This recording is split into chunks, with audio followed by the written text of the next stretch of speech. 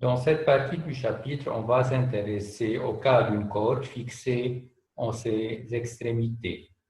Donc, on va considérer que cette corde est fixée au point 0 et au point L. Donc, on va prendre notre origine au point 0 et la corde a une longueur L. C'est le cas d'une corde de guitare, par exemple. On imagine qu'on engendre sur cette corde une certaine onde progressive sinusoïdale ayant une amplitude A et de pulsation oméga se propageant suivant la direction des X. La direction des X et la direction horizontale. Donc, on engendre une onde ayant la forme suivante, Y égale à A sinus oméga t moins kx. Avec bien sûr oméga sur V égale à K, K étant le nombre d'ondes, et V est la vitesse de propagation de l'onde dans la corde. En arrivant au point L, la corde se réfléchit, donnant naissance à une autre onde se propageant maintenant dans le sens opposé. Donc, la première onde progressive qui se propage, je vais l'appeler Y+, parce qu'elle se propage dans le sens positif. Et l'onde qui est réfléchie en arrivant au point L, elle aura la forme suivante. Donc, l'onde réfléchie a la forme suivante. Je vais l'appeler Y moins. C'est égal à, je vais appeler A', l'amplitude, puisque jusque-là, je ne la connais pas, sinus oméga t. Maintenant, parce qu'on se propage dans le sens négatif, ça va être plus kx, plus une certaine phase à déterminer que je vais appeler phi. Donc, j'ai deux ondes. La première qui se propage dans le sens positif à la forme A sinus oméga t moins kx. L'onde réfléchie à la forme y moins égale à A sinus oméga t plus kx plus phi. Donc, d'après le principe de superposition, les deux ondes vont se superposer pour donner naissance à une onde que je vais appeler cette onde Y moins. Donc, l'onde résultante, ça va être égal Y résultante égale à Y plus Y moins. Donc, c'est le principe de superposition. Donc, Y, bien sûr, nous, on travaille suivant les deux variables X et T. Yx de T égale à A sinus oméga T moins Kx plus A' sinus oméga T plus Kx plus la phase à déterminer phi. Donc, on a une onde résultante ayant la forme suivante. Maintenant, pour déterminer les deux inconnus pour nous jusque-là, qui sont A' et phi, on va utiliser les conditions aux limites. On sait que la corde est fixée au point 0 et au point L, parce que c'est une onde fixée, donc Yx de t au point 0, au point x égale à 0 égale à 0, et Yx de t au point x égale à L, c'est aussi égal à 0. Donc, on a ces deux informations qu'on va les utiliser. Donc, je vais écrire ces deux conditions. On a Yx égale à 0, t est égal à 0, y au point x égale à L, à n'importe quel temps t, va être égal à 0. Donc, en appliquant ces deux conditions, donc je vais commencer par la première, donc y0t, ça va être égal à A sinus oméga t plus A' sinus oméga t plus phi égale à 0. Quelle que soit, cette relation doit être juste quel que soit le temps t. Donc, cette relation doit être vérifiée quel que soit le temps t. Pour arriver à cette relation vérifiée quel que soit le temps t, on peut seulement trouver les deux conditions suivantes. On doit avoir a égale à a' et phi égale à pi. Seulement ces deux conditions nous laissent avoir la relation vérifiée quel que soit le temps t, parce que sinus alpha plus pi c'est égal à moins sinus alpha, et il faut que a soit égal à a' pour qu'on obtienne toujours cette relation vérifiée quel que soit le temps t. Maintenant, on a obtenu cette relation, donc on va remplacer a par a' et phi par pi, donc on va réécrire la relation qu'on a sous la formule suivante, y x de t, y x de t, c'est égal à a sinus oméga t moins kx moins a sinus oméga t plus kx. Donc, j'ai yx de t égale à a sinus oméga t moins kx moins a sinus oméga t plus kx. Donc, on a une relation trigonométrique de la forme suivante, sinus p moins sinus q, qui est égal à 2 cosinus p plus q sur 2 sinus p moins q sur 2. Donc, si vous remplacez dans l'expression précédente, vous allez obtenir y x de t est égal à 2a.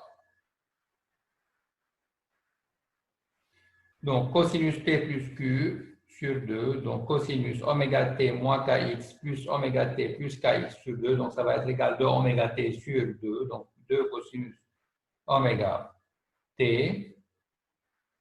Sinus p moins q sur 2, donc ça va être égal à sinus p moins q, donc sinus p c'est oméga t moins kx moins oméga t moins kx, donc c'est moins 2 kx sur 2, donc c'est sinus moins kx, donc je vais écrire ici sinus kx et le moins, donc sinus moins alpha égale à moins sinus alpha, que je vais multiplier à l'extérieur. Donc on obtient moins 2a cosinus oméga t sinus kx. Donc on a eu une forme du nom de stationnaire parce qu'on a découplé les variables spatiales et temporelles. Donc jusque-là, on a utilisé une seule condition aux limites qui est y0, x égale à 0, à n'importe quel temps t égale à 0. Il nous reste la condition au point L. Donc je vais l'utiliser maintenant. Donc si j'utilise cette relation, j'obtiens y au point x égale à L, donc x égale à L au temps t, ça va être égal à moins 2a cosinus oméga t sinus kl égale à 0, quel que soit le temps t. Donc, il faut toujours avoir en tête que cette relation est vérifiée quel que soit le temps t, à tout instant. Donc, on a forcément le terme sinus kl est égal à 0. Donc, car si a égale à 0, on n'a pas d'onde. On n'a pas aucune signification physique. C'est un cas qui n'est pas intéressant pour nous. Donc, il faut que sinus kl égale à 0. Et vous savez bien que sinus kl égale à 0, ça veut dire que sinus npi, 0, donc 0 c'est égal à sinus npi. Donc, on a kl égale à npi avec n appartient à n étoiles. parce que si n égale à 0, ça veut dire que la longueur de la corde égale à 0, c'est un cas qui n'a aucune signification. Donc finalement, on a quantifié notre onde, on a obtenu la forme suivante. Donc, lorsqu'on dit qu'on a quantifié, donc on va attribuer à chaque vecteur d'onde des valeurs bien précises. Donc, on a obtenu la forme suivante, y n. Donc, lorsque j'indique y par n, pour dire que pour chaque valeur de n, on a des valeurs précises. Donc, yn x de t, ça va être égal à a cosinus oméga n fois t sinus kn fois x. Donc, j'ai indicé oméga et k par n pour dire qu'on peut obtenir uniquement des valeurs bien précises. Donc, on a kn, le vecteur d'onde, c'est égal à n pi sur L, qui est égal à oméga n sur la vitesse de propagation dans la corde qui est v. Et je peux écrire cette relation en utilisant kn égale oméga n sur v de la forme suivante. Donc, yn égale, donc yn qui dépend des variables x de t, est égal à cosinus n pi v sur la longueur L fois t sinus n pi sur L fois x, x la position. Donc, c'est la forme de l'onde stationnaire qu'on obtient lorsqu'on a des conditions aux limites bien précises. Voyons voir maintenant l'interprétation physique de cette forme. On a constaté que les différentes solutions trouvées sont indicées par un entier n. On dit alors qu'il y a une quantification des solutions. Chacune de ces solutions s'appelle mode propre de la corde. Contrairement au mode progressif, ces modes sont des ondes qui ont des variables spatiales et temporelles bien séparées. On dit que les variables spatiales et temporelles sont découplées. On les a divisées l'une de l'autre. Ces ondes ne se propagent pas, mais vibrent sur place. On les appelle donc des ondes stationnaires. On va voir un cas particulier qui correspond à n égale à 1. Donc maintenant, si on prend le cas qui correspond à n égale à 1, donc on obtient y. Donc j'ai utilisé le terme y1 à la place de n égale à 1, x de t est égal à a sinus, donc pi sur L x cosinus pi v sur L fois t. Donc les points qui correspondent à x égale à 0, donc le point qui correspond à x égale à 0 et x égale à L ne vibrent jamais. Donc ils sont toujours fixés, ces points ne vibrent jamais. Ils sont appelés des nœuds de vibration. Donc, ces points-là, on les appelle des nœuds de vibration puisqu'ils ne vibrent jamais. En revanche, pour le point x égale à L sur 2, donc la position x égale à L sur 2, c'est le milieu. Donc, ce point-là vibre à chaque instant avec une amplitude maximale par rapport aux autres points de la corde. Il est appelé un ventre de vibration. Donc, ce point-là est appelé un ventre de vibration.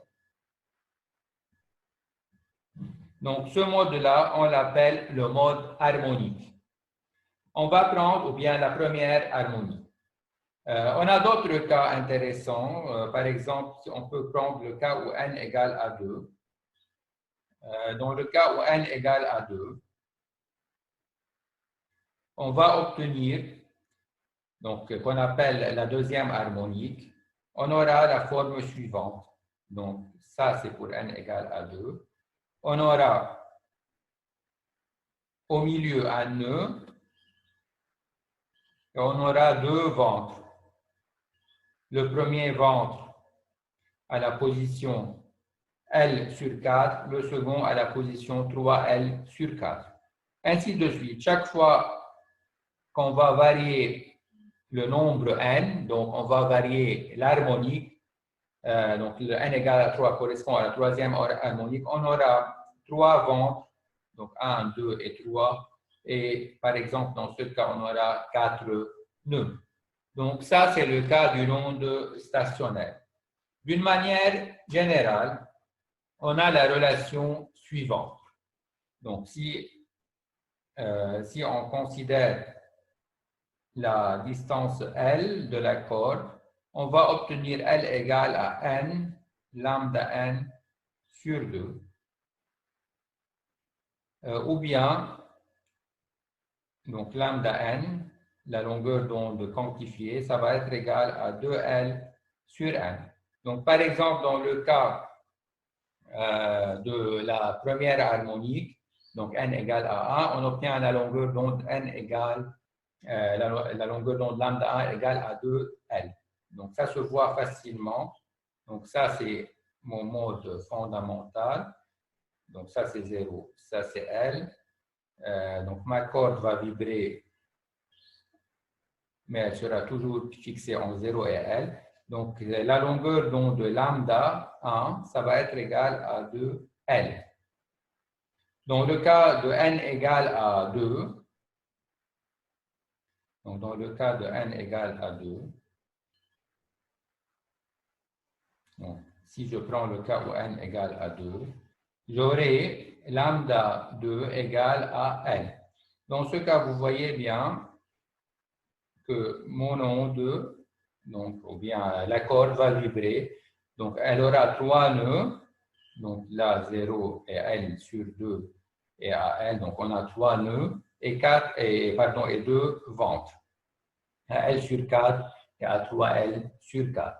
Donc, de cette façon, donc là, on a une longueur d'onde de lambda 2 égale à L pour la deuxième harmonique. Ainsi de suite. Donc, on peut aussi écrire les relations précédentes sous la forme suivante.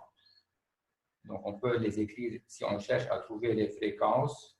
On peut écrire que lambda n égale à V sur Fn ou bien Fn égale à V sur lambda n qui est égal à NV sur 2L.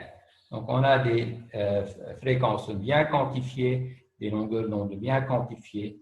Donc, les ondes stationnaires sont engendrées dues à un espace de propagation limité, engendrant des réflexions. La superposition d'une onde incidente et d'une onde réfléchie peut alors mener à une onde stationnaire. Donc, on a vu dans cette partie-là la création d'une onde stationnaire le long d'une corde fixée en ces deux extrémités.